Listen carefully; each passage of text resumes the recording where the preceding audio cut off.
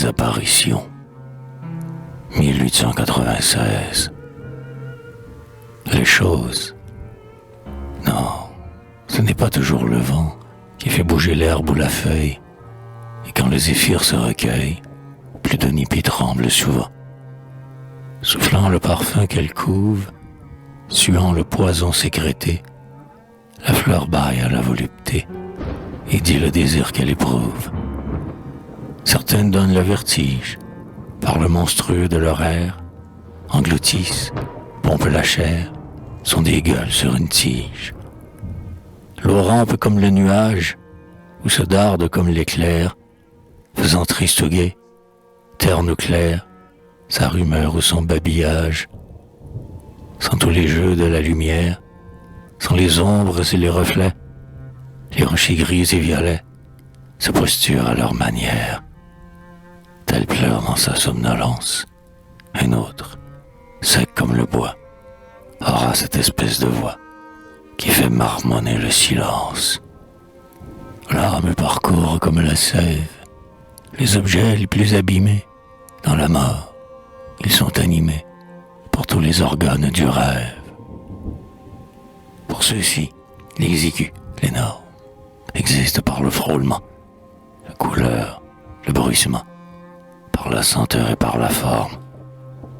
Nous pensons que les choses vivent, c'est pourquoi nous les redoutons.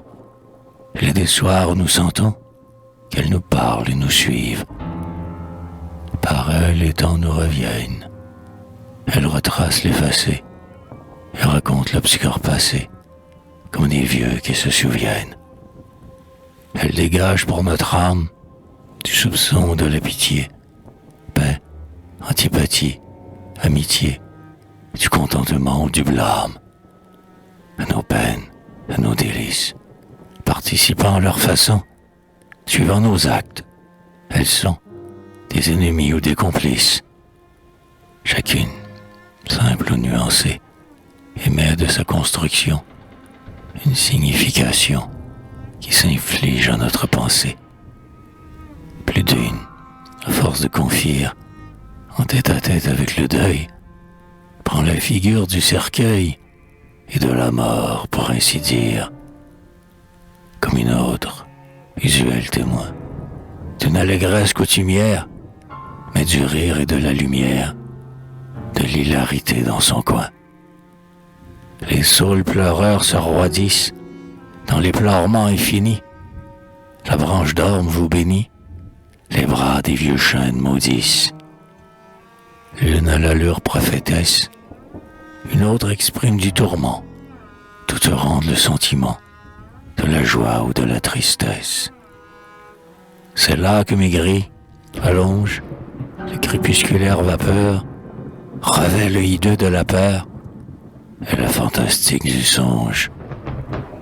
L'assassin voit la nuit en marbre, s'ensanglanter sur son chemin, et la hache grince à la main qui lui fait massacrer un arbre.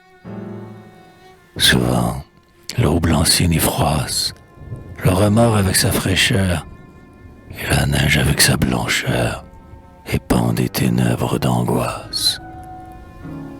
Si par son aspect telle chose, toutes les fois ne nous dit rien, à chaque rencontre d'où vient, que notre œil lévé tout s'y pose. Hélas, pour combien d'entre celles qui sont barbares par destin, l'homme n'a qu'un but qui l'atteint, les rendre encore plus cruels. Que ce sentiment vienne d'elles, ou leur soit supposé par nous, on leur trouve un semblant jaloux, quand nous leur sommes infidèles.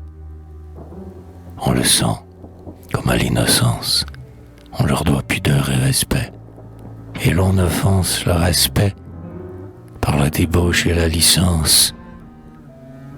L'âme habite bloc et poussière, toute forme d'inanimé, son frisson y barre enfermé, comme le cœur de la matière. Et, de leur air doux farouche, indifférent ou curieux, semblant nous regarder sans yeux et nous interpeller sans bouche, comme nous, ces sœurs en mystère, en horreur, en fatalité, reflète pour l'éternité l'ennui du ciel et de la terre.